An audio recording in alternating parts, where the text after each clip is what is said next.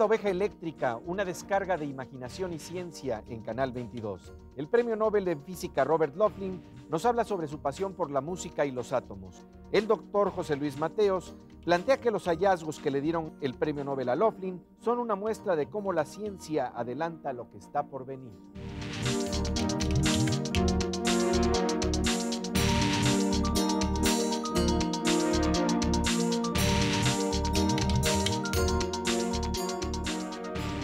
Estamos en La Oveja Eléctrica. Hoy le tenemos una sorpresa. ¿Has oído de la música de las esferas, Kelly? Es aquella música de la naturaleza de la que cantaba Shakespeare, ¿no? Y Pitágoras le llamaba a la materia música congelada. Pues el Premio Nobel de Física Robert Loughlin no solamente investiga las propiedades de la materia, sino que también hace sonatas. Esto quiere decir que se nos revela como todo un compositor. Vamos a ver ahora un videoclip con música del Premio Nobel de Física. Así es, y hasta le podríamos llamar la sonata de los átomos.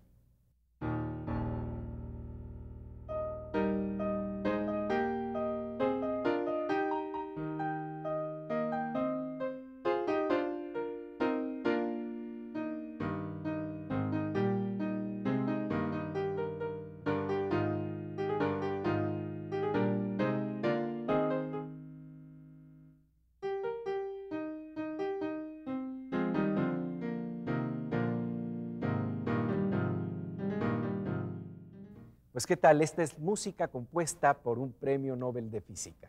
En la física cuántica, los átomos funcionan de manera surrealista, inspiran arte y música.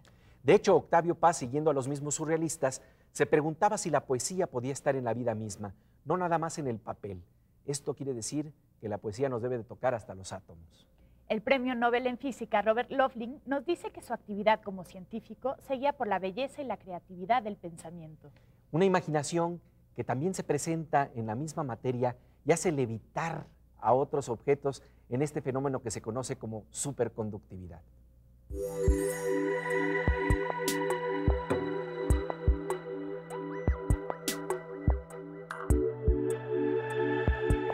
In other words, my concept of the discipline, or what it ought to be anyway, is extremely artistic. Because why? Well, because if it's not worth anything. The value of science is those discoveries. Once the discoveries have been made, the business guys don't need you anymore. They say, thank you very much for the discovery, I can take it from here. Go back to the sandbox. So what I think is my duty to the people I work with and for is to be an artist, and a good one. You know, good enough I can make my living at it, just as though I were making paintings. An artist, and in the artist there is this sense of miracle that you discover, like for example in Josephson effect or in Meissner effect? You know, it wouldn't surprise you that the same internal impulses that drive a person to religion also drive them to science. Now, in the end, they're very different. And one is you're worrying about the human condition and relations of people and so forth. The other, you're worrying about some technical thing. The end product is very different, but the beginning, the first steps are exactly the same. Now, what you will find when you do an experiment is all the really good scientists share something with the very, very good artists, which all of them are very spiritual people. What I mean with that is they're sensitive. They're sensitive people. I don't mean that they're mystics, although a lot of them are.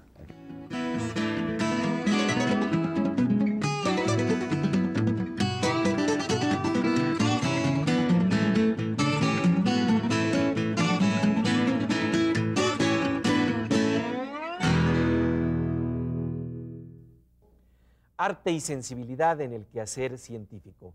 Esto, la verdad, rompe con un prejuicio que se tiene sobre esta actividad. Loughlin habla sobre el espíritu de juego y sobre la importancia de tener la mente abierta, libre de ideas preconcebidas al hacer ciencia. Oh, I know, Albert Michelson, the guy who first measured the speed of light effects, you know, that led to relativity. He said, never read up on a thing too much before you work on it. The reason, of course, is that you'll make the same mistakes everybody else made, and then you'll find yourself trying to please them, you know. And you'll never discover anything new if you just repeat what everybody else knows already. By the way, most physicists work this way. We proceed from, we don't read too much about it. We just think about it ourselves. And sometimes that's good, and sometimes it's bad. You waste a lot of time. Discovery process, unfortunately, has to be play, because if you're working, you'll never find the thing you're not expecting. That means that all of us are a little irresponsible, and I hate to admit it. But you say also that there is, in scientists, in the physicist thinking, there is some kind of eccentricity and novelty that is very, it's a value that you pursue. Well, I think so. The good ones are all like this. I heard a story about Gerald Hertzberg, famous microwave guy in Canada, and even into his 80s, every other day he would come running down the hall, "Look what I discovered!" Very good scientists are like that. They're all like little children. Como podemos apreciar, el arte y la ciencia desde esta perspectiva comparten el juego. Pues Pepe, la oveja eléctrica se enciende cada vez que escucha mencionar la palabra juego. Volvemos después de un corte con una de las facetas generalmente desconocidas de este premio Nobel.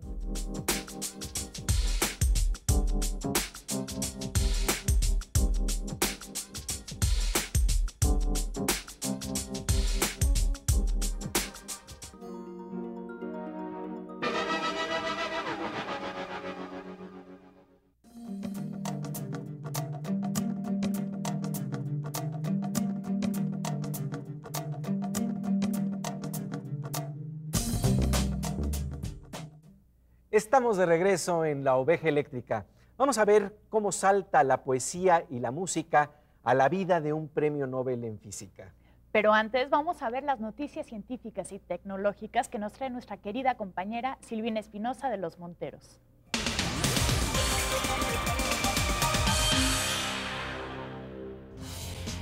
Durante la inauguración del simposio Comunicación de la Ciencia y Calidad Editorial, Lourdes Robalo de Robles, subdirectora de la Dirección General de Bibliotecas de la UNAM, señaló que de las revistas científicas que se consumen en México, el 92% provienen de países industrializados. Por ello, advirtió, es necesario apoyar la docencia y la generación de conocimientos a través de la adquisición de materiales de lectura en las bibliotecas con el fin de ofrecer mayor difusión a publicaciones científicas tanto mexicanas como latinoamericanas. La compañía japonesa Hitachi recientemente anunció que comenzará a experimentar con un novedoso sistema para realizar compras en los comercios. En vez de la tarjeta de crédito, el cliente deberá colocar su dedo sobre un lector que captará la imagen de la red vascular. Los datos biométricos se transmitirán vía informática a fin de ser comparados en las bases de datos de la compañía que proporciona el servicio al tarjetaviente. Al igual que la huella digital, el esquema de venas es invariable de una persona a otra, razón por la cual se espera evitar posibles fraudes. En un número reciente de la revista Science, un grupo de científicos chilenos dio a conocer el descubrimiento de que una región cerebral denominada corteza insular está directamente relacionada con la ansiedad. Cuando dicha zona es desactivada al inyectar un fármaco que detiene la actividad neuronal, las ratas del laboratorio no muestran ningún síntoma de adicción a las anfetaminas, lo que puede ser fundamental para desarrollar tratamientos eficaces contra las adicciones. Estamos en La Oveja Eléctrica conversando con Robert Laughlin, un premio Nobel de Física que es compositor de música. Robert Laughlin nos habla sobre su pasión por las estructuras musicales. You were telling me that you also like to compose. Let's talk about this facet of yourself, this parallel universe that you have in your life. It's true. I am an amateur composer, and I like to say if I had another life, I had it to do over again, I might be a movie composer. Now, let me tell you a story about this. It didn't click in my head until I was 40. I've always liked music, but I'd never been disciplined. And I learned piano as a child, but I hated it. And I like rock music just like anybody else, but I'm pretty serious. In fact, music is language. That's the reason people do it and animals don't do it. It's your language circuits, and of course you have to learn the vocabulary, but also the message itself. The message itself is dramatic. It involves tension. It involves opposites. It involves changes from one thing to another. So I've slowly begun to learn more about this, and as I did, it just made me so sad that I learned it so late. So I understand now the basics, and I could, if I had time, begin competing with the best of them. But unfortunately, your life is only so long, and I don't have the time to do it.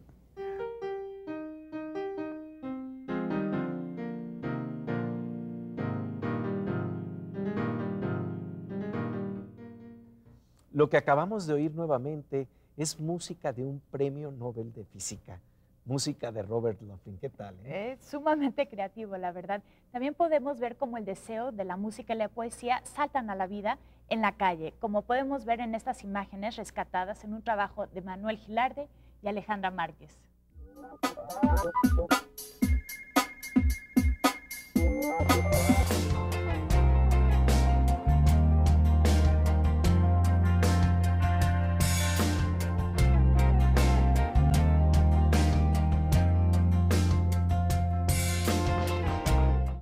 Escribimos poemas para bodas, 15 años, bautizos, cumpleaños, santos, truenes, Día de las Madres, graduaciones, etcétera, etcétera, etcétera. ¿Lo usaría usted?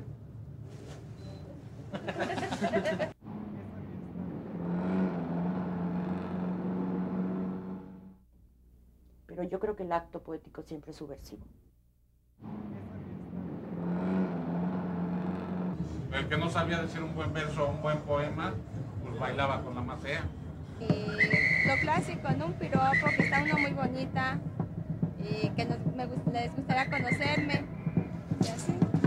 Y ya me empiezan a decir, no sé, que qué estará pasando en el cielo, que los ángeles están cayendo. Es lo que normalmente me dicen. Amado Nervo, entre otros, que dejaron ellos sus pensamientos en escritos en papel, y ahora antes era en papel amatl, hoy es en papel bono. Se relaciona con el amor, con la tristeza, con todo, pero también lleva con la vida de uno mismo, porque muchas veces uno va en el camión y no toma, por ejemplo, por donde yo vivo, no ve uno los colores, el verde más oscuro, el verde más brilloso, todo eso. La poesía es el arte de ver a través de las palabras la otra cara de la realidad. Mi poema favorito podríamos decir que cualquiera de Octavio Paz.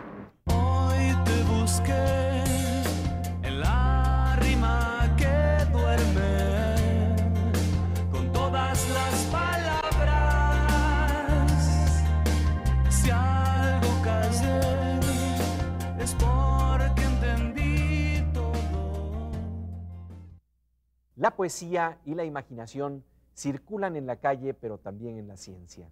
De otra manera, ¿cómo podríamos explicarnos hallazgos científicos que aparentemente no tienen ningún uso? ¿No es así, Silvina? Sí, así es, Pepe.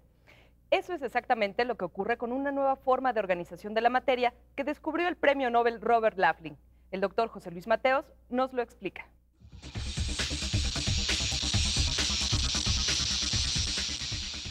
Robert Laughlin ganó el premio Nobel en 98 por la explicación del efecto Hall cuántico fraccionario, que, como ya se ha comentado, tiene que ver con efectos colectivos, en donde muchas partículas actúan colectivamente, y tiene que ver con la tecnología de la conducción de electrones en los materiales. Este efecto todavía no tiene una aplicación directa, pero muy probablemente tendrá en los próximos años las primeras aplicaciones. Hay que recordar que muchas veces hay un descubrimiento en la ciencia básica y pasan varios años hasta que se aplica en el mundo cotidiano. Un ejemplo es, por ejemplo, el láser, en donde Einstein en 1917 da los fundamentos del láser y es hasta los años 60 en donde se hace en el laboratorio y unos años después se empieza a aplicar y actualmente lo encontramos en nuestra vida cotidiana. Lo mismo pasa con otros ejemplos, y en el caso del efecto Hall cuántico es algo tan nuevo que todavía no tiene aplicaciones directas, pero la gente está trabajando intensamente para buscarle aplicaciones y seguramente será la tecnología que encontraremos en el siglo XXI más adelante.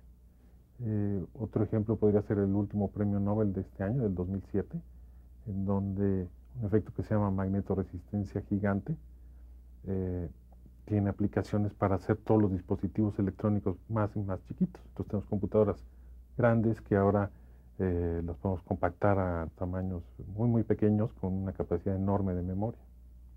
Y gracias a todos estos avances de la ciencia y luego la tecnología, pues nuestra vida cada vez es más cómoda y mejor.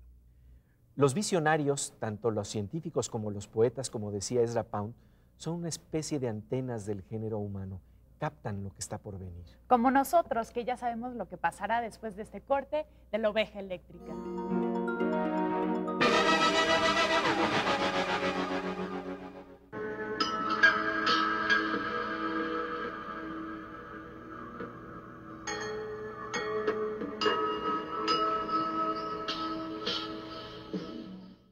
Estamos de regreso en La Oveja Eléctrica con la Sonata de los Átomos, un premio Nobel de Física al que le apasionan tanto la ciencia como el arte.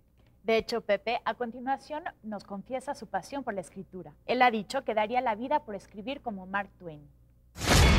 There is some delight in your writing. There is a feeling that you enjoy the process of writing a book, being a scientist. I can tell you, my father was a lawyer, and my uncle, who knew him very well, said, well, he was what we call an artist lawyer, that every document he wrote was beautiful. Now, probably that's genetic. You know, probably my father shouldn't have been a lawyer, should have been a writer. But nonetheless, what you say is true. What I discovered rather late in life is that writing is a very stylized kind of communicating that has a certain very organic aspects with the person you're talking to. It's not like brain surgery. Writing is you have to like the person, okay? And you have to have fun with them. So when they're reading, open the book, they're with you. They're having a conversation with you that they enjoy. And if they don't enjoy it, they'll close it and tell people not to buy. When you're having a conversation with somebody, what delights you is a sense of humor above all, and a sense of order, a sense of humility of yourself. You learn something from them. They don't preach to you. And in the end, you're just glad to have this experience. So a good book, if it's written well, is like that. And by the way, I think now I've discovered I enjoy this so much that I'm hoping by the day I die, the people will say, not there's a Nobel winner, one more. They'll say, there went a great writer. Pues quién lo creería, Robert Loughlin, Premio Nobel en Física, es el autor del libro Un universo diferente. Nos ha confesado aquí en La Oveja Eléctrica su vida paralela de compositor de música y escritor. Como nos enseñan las novelas, el deseo siempre está en otra parte. Pasamos ahora a nuestra sección Aguas con el Hacker, la informática en tiempos de virus y otros bichos cibernéticos.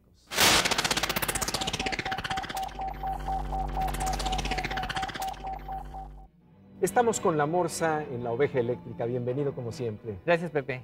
Oye, pues vamos a hablar el día de hoy de algo que a lo mejor no tenemos mucha conciencia, de que hay agujeros informáticos en nuestros programas cuando sobre todo navegamos por Internet. ¿De qué estamos hablando? Bueno, en realidad estamos hablando de muchísimos paquetes que hay por Internet que tienen la virtud de esconderse incluso en fotografías que le mandan a uno.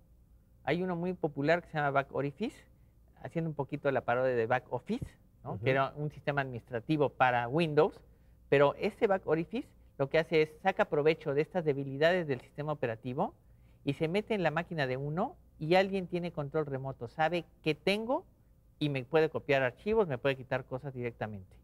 Y el archivo se instala silenciosamente, yo jamás me doy cuenta que está instalado y de pronto pues puedo estar perdiendo información. Puede tomarte información de tus tarjetas de crédito cuando tú las estás tecleando, este tipo de cuestiones. Puede hacer eso, pero no solo eso, puede además tener control sobre la máquina. Puede borrarme archivos si él quiere. Esto es lo que le llaman máquinas zombie, que controlan a ciertas máquinas para que empiecen a hacer todas una acción sin que tú sepas que está ocurriendo eso. Pueden hacer eso, pero no esa es la idea. La idea es tener el control remoto sobre una computadora para sacar la información. En una máquina zombie lo que quiero es que me haga un proceso siempre el mismo. ¿Cómo nos protegemos de esto? Bueno, hay que saber de dónde baja uno fotografías, por ejemplo, y quién se las manda a uno. Cuando uno recibe una fotografía muy bonita, o muy sexual, o muy lo que sea, hay que tener cuidado quién nos está mandando esa información, porque puede venir integrado un paquetito que ataca las debilidades del sistema operativo, que cada vez son menos, desde luego, pero que nos puede meter un gol. Y hacker, tú nos propones un programa, una dirección que vamos a poner en este momento en la pantalla, en donde podemos encontrar un programa para protegernos de esto, ¿no? Sí, existen varios firewall, o sea, paredes de fuego que le llaman, para evitar que pasen estas cosas. Pero aún así siempre hay que estar con el ojo avisor. Aguas con el hacker, como nos dice siempre la Morsa. Te damos mucho las gracias por tu participación. Gracias, Pepe. Y bueno, en un salto cuántico pasamos de los datos duros de los hackers a la belleza y la imaginación que se puede apreciar en la ciencia con nuestra compañera Miriam Moscona en la sección Veo Veo.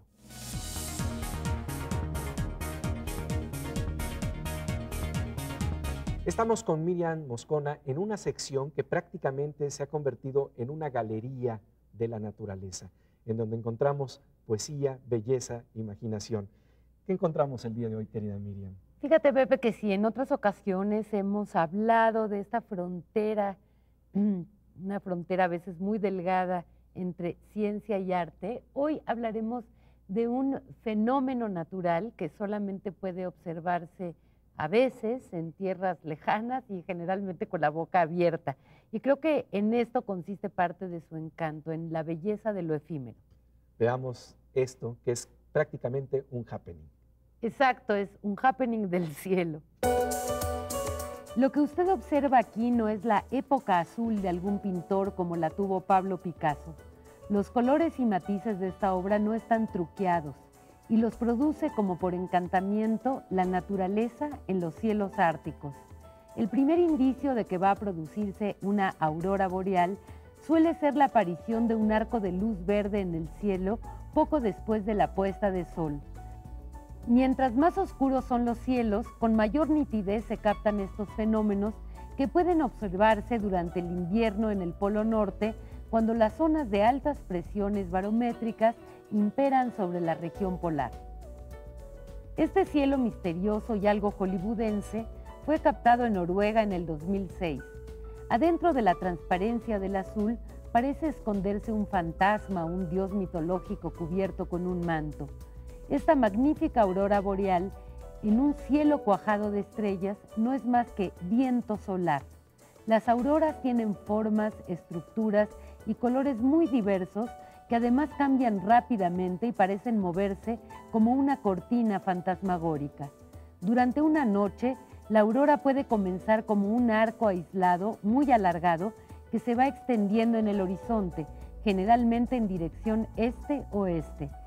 Cerca de la medianoche, el arco puede comenzar a incrementar su brillo.